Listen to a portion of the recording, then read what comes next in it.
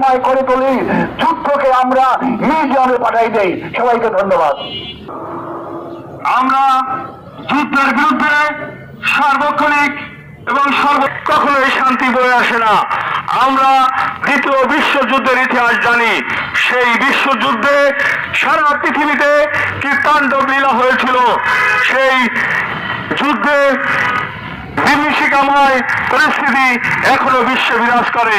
তাই আমরা সেই যুদ্ধ পরিহার করে আলাপ আলোচনার ইরানে আর হামলা নয়, পাশাপাশি এও বলতে চাই ইরানের যে অহেতুক হামলা, সেই হামলার প্রতি উত্তর দিতে পাল্টা হামলা চালাচ্ছে। সেই হামলায়ও পৃথিবীর অনেক কিছু ধ্বংস হচ্ছে, অনেক ক্ষতি হচ্ছে, অনেক মানুষ মারা যাচ্ছে। হামলা, পাল্টা হামলা কোনোটাই আমাদের কাম্য নয়।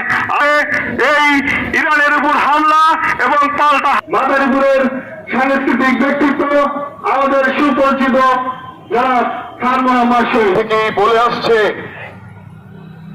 মার্কিন সাম্রাজ্যবাদ কেবল যুদ্ধবাজ নয়, মার্কিন সাম্রাজ্যবাদ কেবলমাত্র তার দেশে অর্থ উৎপাদনকারী, অস্ত্র উৎপাদনকারী দেশ নয়। সাম্রাজ্যবাদ সারা বিশ্বের নিপীড়িত মানুষের বিরুদ্ধে, সারা বিশ্বের অত্যাচারিত মানুষের বিরুদ্ধে তার ষড়যন্ত্র মার্কিন সাম্রাজ্যবাদ অর্থাৎ আমেরিকা পৃথিবীতে আসার পর থেকেই শুরু করেছে। আমাদের স্বাধীনতা যুদ্ধের আন্তর্জাতিকভাবে সবচেয়ে বিরোধিতা করেছে, সবচেয়ে ক্ষতি করেছে অস্ত্র দিয়ে, ষড়যন্ত্র দিয়ে তারা হচ্ছে মার্কিন সাম্রাজ্যবাদ। সেই মার্কিন সাম্রাজ্যবাদ যুগে যুগে বিভিন্ন সময়ে সারা বিশ্বে যুদ্ধ চালিয়ে, যুদ্ধ লাগিয়ে সারা বিশ্বকে অশান্ত করে তাদের স্বার্থ উদ্ধার করে যাচ্ছে। এবং সম্প্রতি আপনারা লক্ষ্য করেছেন, ভেনেজুয়েলার মতো একটি দেশের রাষ্ট্রের প্রধানকে তারা রাষ্ট্র থেকে উঠিয়ে, কোন দেশের সার্বভৌমত্ব থাকবে না, কোন দেশ স্বাধীন, মার্কিন সাম্রাজ্যবাদ সেটা চায় না। তারই ধারাবাহিকতায় ইরানের প্রতি যে আক্রমণ আমরা ইতিমধ্যে শুনেছি, শুধু ইরান নয়, কোন রাষ্ট্রের প্রতি, কোন মানুষের প্রতি কোন যুদ্ধ, কোন আক্রমণ আমরা মেনে নিতে পারি না। আমরা সাংস্কৃতিক সংগঠন মানুষের মানবতা প্রতি উত্থাপন করার জন্য, মানুষের মৌলিক অধিকার সৃষ্টির জন্য, মানুষের অধিকার আদায়ের জন্য কাজ করি। সেই ক্ষেত্রে আন্তর্জাতিকভাবে শুধু নয়, জাতীয়ভাবে আমাদের দেশে যারা মার্কিনের পাঁচটা কুকুর, মার্কিনের যারা ধামাধারা দালাল, তারা আমাদের দেশের মেহনতি মানুষদের শোষণ করছে। আমাদের দেশেও এক শ্রেণীর যুদ্ধের বিরুদ্ধে নয়। আমরা জানি 27 থেকে 28 বছর হয়ে গেল যশোরে উচির যে হামলা, তার বিচার সমাপ্ত হয় না। আমাদের দেশে হাত থাকে। আজকের এই প্রতিবাদ সভায় উদীচী মাদারীপুর জেলা সংসদের পক্ষ থেকে আমাদের উদাত্ত আহ্বান, আন্তর্জাতিকভাবে এই যুদ্ধ বন্ধ করা হোক।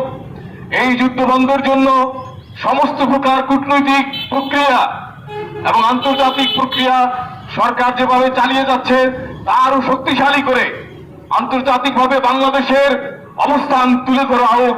এটি হচ্ছে আমাদের কামনা। আমরা আশা করি অতি সত্বর উদীচীর অনুষ্ঠিত হবে। সর্বোপরি শুধু উদীচীর বিচার নয়, সারা দেশের যেখানে খুন, রাহাজানি, ধর্ষণ, নারী নির্যাতন চলছে তার বিরুদ্ধে আমরা সবসময় সোচ্চার।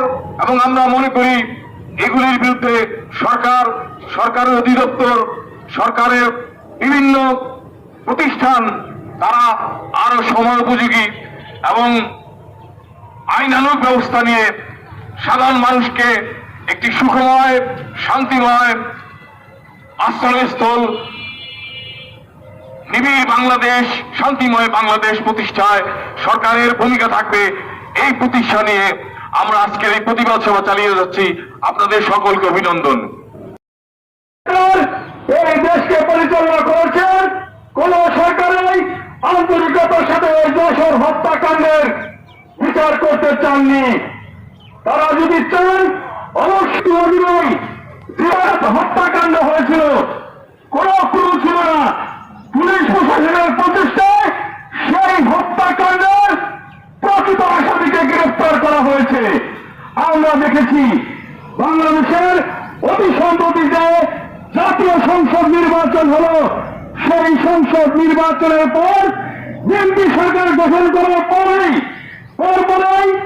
ওই গোপালগঞ্জে একটি শিশুকে অপহরণ ব্যবস্থা নিয়ে সমস্যাটির চিরতরে সমাধান, ভবিষ্যতে যেন এরকম হত্যাকাণ্ড না ঘটে।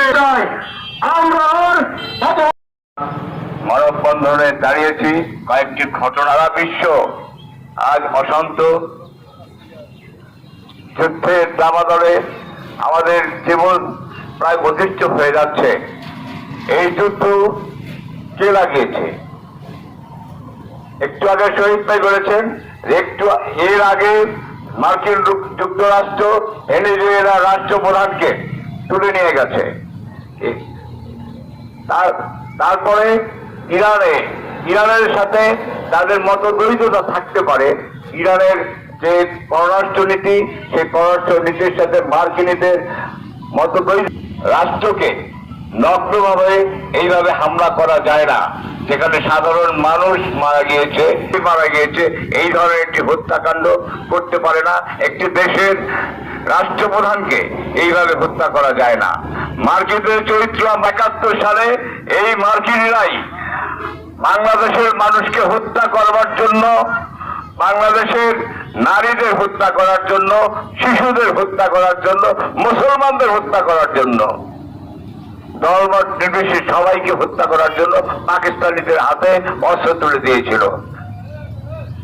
এই সেই মার্কিন যুক্তরাষ্ট্র, যে মার্কিন যুক্তরাষ্ট্র স্বাধীনতার যুদ্ধের সময় আমাদের যাতে স্বাধীনতা না পেতে পারি সেই কারণে যুদ্ধ থামিয়ে দেওয়ার জন্য সপ্তম নৌবহর পাঠিয়েছিল।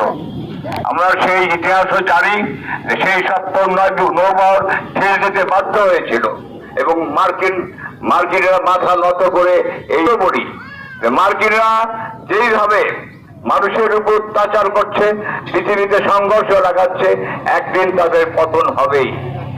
হিটলারের পতন হয়েছে, যুক্তরাজ্যের পতন হয়েছে, অতএব তাদেরও পতন হবে।